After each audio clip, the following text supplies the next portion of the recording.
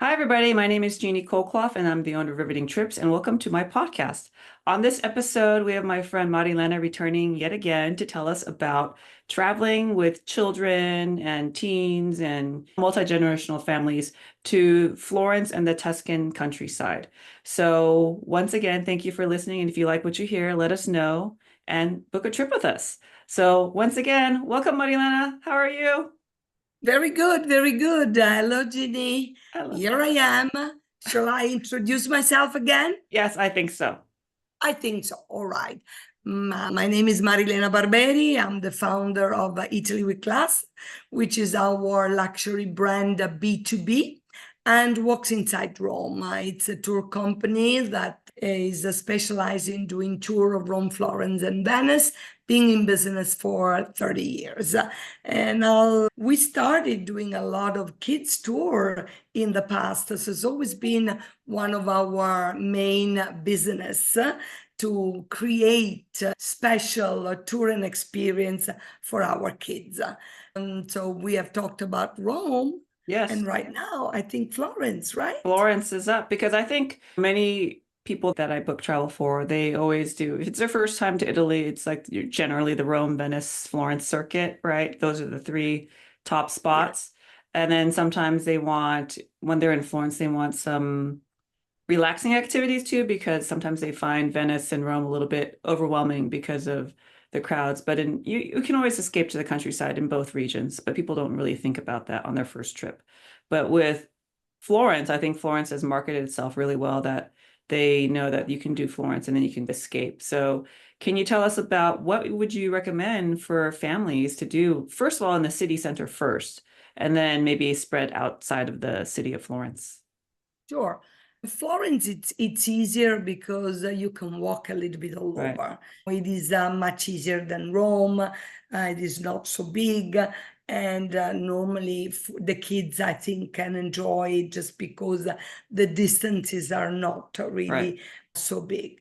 Definitely, they should see David, learn a little bit more about Michelangelo. Maybe they already heard something in Rome about the Sistine Chapel, but Michelangelo is Right. Florentine. So definitely it is something to hear about. Then saying that the Academy of Fine Art, the Ponte Vecchio, a little walk through the main square of Florence, definitely it is very important. As a museum, apart the Academy, there is normally the Galileo Galilei Museum, Right. because in Florence, Florence has got so much, It does. to It can be offer. overwhelming in terms of all the art and all architecture Yeah. and culture. I think it'd be a great place for kids to have like hands-on activities, either artistic or maybe I don't know if they're older, are there like jewelry making classes or maybe perfume making classes Yes. or things like that too, right? Yeah. But if you have at the Galileo Galilei, they have a lot of telescope. Okay. So if you have a kid that could be interested And like in the science, stars, the moon, the science, right? I think it could be really good. We actually have also a couple of people that work with us that could take the telescope and could bring the kids in the countryside Oh, and make them wow. see the stars and teach them the name and everything. So it's very Is there, interesting. Normally, it has to be something okay, that they might like to do. right. Not all the With kids could with be keen in that. But with that activity, is there a certain season that is preferable, like winter, spring, or year Well, round? you It's know that about usually from May, June, July, okay. even because honestly, that's the time that the kids True, travel true. because the school is closed. So we have a lot of kids during that part Yeah, of the the summer year. vacation. Maybe a few during Christmas, but not so many. And Okay. it's a pity during the summer vacation in school. That's the time that we have a fragrance making Hmm. class in Florence, as you said. We Right. have a few of them, and they're really a lot of, Yeah, I I would know. They say. used to take your own scent home, right? You get to try it Yeah, out. it's so nice. Absolutely. They really love it. Yeah, And, well, it it's depends, like, right, on the children, but it depends. As yeah, usual, yeah. it all depends. We have the marbleized paperwork, which Okay. is, the Florentine Okay. paper. Okay. And we can teach them how to make this marbleized paperwork. Okay. And it is normally hands-on. We Right. go into a little riga, that's Uh, how we call it yeah. in Florence, and they really can teach them how to make, and they have a lot of fun. And then they can bring it with them as well. Yeah, I don't Then, think, sorry, I don't want to interrupt, but I don't think like people realize until you go to Florence and you just walk the little streets, how many atelier shops or yeah, artisan shops you just see just, and it's just so embedded in the culture there, right? It's just part of the yes, history and the fabric of the town. No, but go we on, sorry. We really have a lot. Yeah, Normally, jewelry making, that is for a different age. The right. jewelry, the paper, and the perfume, and the leather. Oh, We could go into an atelier and we can teach them about the leather that is so famous in Florence. right. People from all over, they can engrave their name and Oh, they can make a little wallet. They can bring it with them. So it is another activity for kids that is really unbelievable. They really, really enjoy it a lot. And then normally, even to visit the Leonardo da Vinci Museum, I right. forgot, where they can really see that they have recreated all the machine, all the invention of the great Leonardo da I've not Vinci. been to that one yet. I've obviously, I don't think It's I guess I've not been to amazing. Florence with my kids. I've been to Florence many times on my own, but not with my children. So, You yeah. know, you have to go next time that you go to Florence. You have to see for the kids. It's amazing because Okay. it's really hands-on. They could really go and interact really with those machines and understand Michelangelo and Leonardo da Vinci all together in one spot the No, same time. There it's must have been amazing. something in the air to create so many genius at the same time and in the same spot. Then I don't know It is why pretty we didn't amazing. do No, it any longer, but it is amazing. it is And amazing. so for the kids, Florence, it's really fantastic. It's absolutely fantastic under that aspect. Then they could go out. Right. They could go out of the city of Florence. Right. And normally, I mean, I love Lucca. Lucca's a It's beautiful town. I do remember going to Lucca, but I went with my husband. We went to, and I've been to Siena a couple times. That's also easy day trip too. But Lucca is yeah, a very beautiful town. How long away from Florence is Lucca? 40 minutes, Okay. 45 minutes. Okay. So it's very easy to reach Lucca, and the downtown area, it's very small, so you can walk around. Right. And they have the walls Yes. around the city are absolutely intact. Yeah, the And you fortified could walls, take right? a bicycle tour on the walls. Okay. And it's an amazing activity for the kids, really, because they're not dangerous, there are no cars, there's not everything, and it is something really, really, to do. I think That another is, fun activity, I don't know if people do that, is because Luca, like it's kind of like that circular, it's almost like a maze or a labyrinth to try to yeah, find the it's a middle, labyrinth. right? Right. And Yes, so that always said, okay, let's see if we can find the center without looking at a map or something like that, without looking at your yes, phone, you know? it is true. It is true. It is true. So now that's really good. Then normally Pisa, Yeah. Leaning Tower, it's always something that attract the The kids. kids, yes. And it could be done in a full day from Florence, Lucca, and Pisa. Okay. And normally they can go up to The the baptistry? tower. Oh, the shower. Okay. Yeah, they could go Okay. up to the tower Okay. and they can enjoy because it's something very famous. So that is another thing that they could do. Pisa itself just got the Leaning Tower, nothing else between me and you. But since we are thinking about the kids, I would include the pizza No, I for think pizza makes for good photos for children. You know, like yes, everybody does all the photos there. It is one of those like, okay, we're here. You might as well stop in Pisa, and you can make it a very short trip along the way. I spend an hour or two and maybe 2, 3 hours there. And then, yeah, and with a perfect guide, you don't have to stand in line and do all that stuff. Your guide can help you navigate absolutely, all that stuff for you. So, absolutely. yeah. One other thing that I'm going to tell you, I don't know if you like it for kids, it's the balloon in the Oh, yeah. countryside of Yeah, no, I Florence. think I think that is actually very popular, right? So Yeah. where would they have to get up early in the morning for that one? They would have to get up early in the Okay. morning, go outside Florence they need to drive about 20, 25 minutes, That's not so and they far. get, yeah, not too far. And they get on this balloon, and it's lovely because normally, I mean, they could see the countryside, the vineyards, and everything. So I would say that could be something Yeah. really nice to do for them. Is there an minimum age requirement for the balloon ride? Hot air balloon? No, it all depends of how many people because you need, for the weight. Yes, I know it has to make the weight, right? Yeah. It I've has only to make been, the weight. yeah. It has to make the weight. So it all depends if you do it private, how many people you are.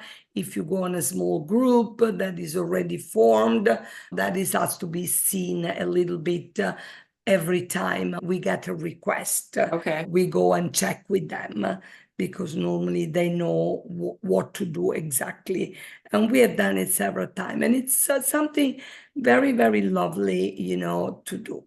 Normally, Florence and outside has got the Chianti area Right. that is Yeah, because lovely I'm as a wine lover, and whenever we travel, my husband, I always try to drink local wines, and the kids are like, "Ah," right? uh, But you have to find something that is kind of kid friendly or has outdoor. And I think that's something that's great about a lot of the Italian wineries is that there is yeah, space for children, whereas other absolutely. wineries there is not. I mean, like here near me, wineries are strictly adult only. There's only one local winery that has space for children to roam. Right. And that's why they're so busy. They don't really realize that could adults still want to drink if they have kids, right? So Yeah, sure, absolutely. maybe even more. Just kidding. But but yeah, so I think if you have any activities like that where adults you get the car and you take maybe you do the balloon ride and then maybe you have a light aperitif at a winery, local winery, and then maybe come Absolutely. back in the evening back to Florence. That is, there are several things like if you just go a little bit farther down near Pienza, there are farm that they make cheese and Mm, they can enjoy because they have a lot of animals right there. And it could be a combination of a nice lunch for them and wine tasting for the adults. So we do have or all the winery have space, as you said, so right. they can just play around and they have a menu that would be suitable for kids. We do it all the time. But as you said, wine tasting mostly it is Is for adults. adults, yes. If the kids become adult age, then they can join in, right? But until Yeah, then, you have to find places that might offer alternative activities for kids. You'd also mentioned that this area is also known for Pinocchio. Did you want to tell us yeah. about the Yes, Pinocchio yes, related activities? absolutely. You know that Pinocchio was Carlo Lorenzetti, which is the writer of Pinocchio, was born not very far between Florence and Lucca, by the way, in a place that is called Collodi, and there is the Park of Pinocchio. So, as well, the age is very important. If they are 3, 4, 5, 6 years, they might Right, enjoy to stop and to see the park and to learn about the tales of Pinocchio and the story of Pinocchio that everybody knows in the world. If they're a little bit older, maybe is not the right thing to do for right. You them. have to know your So the audience. age play an important role, and more than the age, even the capacity of the kids, because sometimes, you know, I've been a guide myself as in my old days, and And actually, when I was very young, Mhm. I taught at an elementary school. Okay. That was at the beginning of my career. And normally there are certain kids that they're just so smart that Yes. if you just give them little things to do, it's not right No, because they they get could bored. really do Yes. much more, because Damage. they Yes. can learn much more and they can take much, much more. So it is always very difficult for the kids to understand what is the level. So that's why to know from the parents, it is very important the expectation. What we could do, we could just offer them the different activities, Right. and then they need to choose which Ask for the one. client input. That's what we always do. We ask for the client Yeah. input and figure out from there. No, I think there's a lot of activities in Florence, right? There's obviously the museums. And, you know, with my kids, whenever we go, the reason why they always want to go back to Italy is because there's a gelateria everywhere, right? So Yes. so we say, okay, if you do this, we'll get you a gelato, right? There's a little bit of bargaining, right? They're like, okay. So they'll go and walk with us for a little bit more, right? And it's hard because in the summer it is pretty hot in Yeah, Florence and in Rome and many parts of Italy. So it's a lot, but in the evening it's nice. You can do your evening passeggiata strolling through, right? absolutely. And I was just thinking in the evening, if the kids are a little bit older, maybe they can walk up to Piazzale Michelangelo and just see the view of Florence. So Yes. yeah, right. Breathtaking. Breathtaking. Are there any cruises along the Arno or anything like that? There is, we have the boat. You Boat? could do an hour cruise, Okay, cruise. and we do it. And normally, sometimes we do with an aperitif for Okay. adults. That sounds like a Okay. nice For the way to kids, finish the evening. I mean, you could do with something different. But yes, they're called gondola, Yeah. like in Venice, because they Okay. have the same shape. And it is nice actually to do it, and the kids enjoy.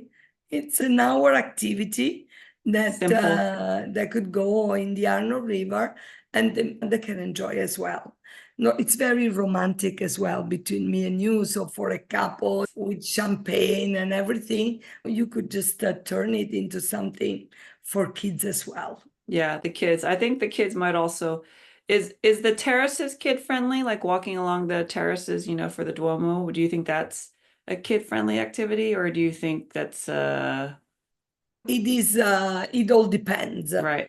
It is not really kids friendly, Yeah. but it Yeah. could become. It Okay. is nice. The view is Right. absolutely. Then you can walk up to the Giotto's Bell Tower. Right. You can walk up to the dome, but it So all maybe for very. teens and older kids, Yeah, really, it for teens and depends older kids. if they really want to do. And then the terrace. We Right. we really book so many terrace tour Yes. because it is something very beautiful, unique. You are alone right up there. I don't know for the kids. I've never done for kids, to tell you. Maybe I should try Yeah, I to don't know. I offer. mean, I did the terraces tour many years ago, so it was very lovely, but I think it was very windy when I was up there too. So all the photos have my hair just flying. I don't have that many memories of that other than like just lots of Yeah, wind on that that was. day. I think Florence is obviously a wonderful place for you to bring your children, right? Did you have any other final words for the audience to share with Marilena? No, I think that between Florence and the surrounding, Yeah. that's all for kids. We have many, many other activities, but for the kids, it's enough. Yeah, you don't want No, to overwhelm that's. your children, that's for sure. No, otherwise it would be really too much. Like, even just taking a walk around Florence, you could go to the market. Right. That is so nice as well. Food tour, if the kids love food and they're a little bit older, we do food tour as well. That they're really incredible in Florence as well. I don't know if all the kids would enjoy the food tour, but if they're foodie, yes, absolutely. My son wants to go on. He wants to go on a Parmigiano Reggiano tour and Oh only my go to God, Parma. yes, he's right. that area has got so Yeah. much to offer because Yeah. it's the food valley, Yes. but even the motor valley. So Yeah. you can combine Parmigiano Reggiano, And cars. the ham and the cars. Right. They could go for a ride around on a Ferrari. Yeah. There is so much to do, even for the kids. That Yeah. is another absolutely incredible area of Italy for the kids to enjoy. I think there's so much out there. I think that's why I love Italy, right? It's just there's so many And then activities. Venice, it's incredible as well for the kids between everything else. So really, Italy has got a lot to offer. We are lucky. You We are are very lucky. lucky. Yeah. I envy you. No, you know what? The thing is that we have such a variety in Italy, in Yes. one country. We have the city, the little village, the mountains, the hills, the lake, the lagoon, the sea, and really variety of food, Yes. of art, of experience. So it's never a repetition. So really, we've been blessed. No, I would think say. so. I think it's probably the only country where every region is a wine producing region, right?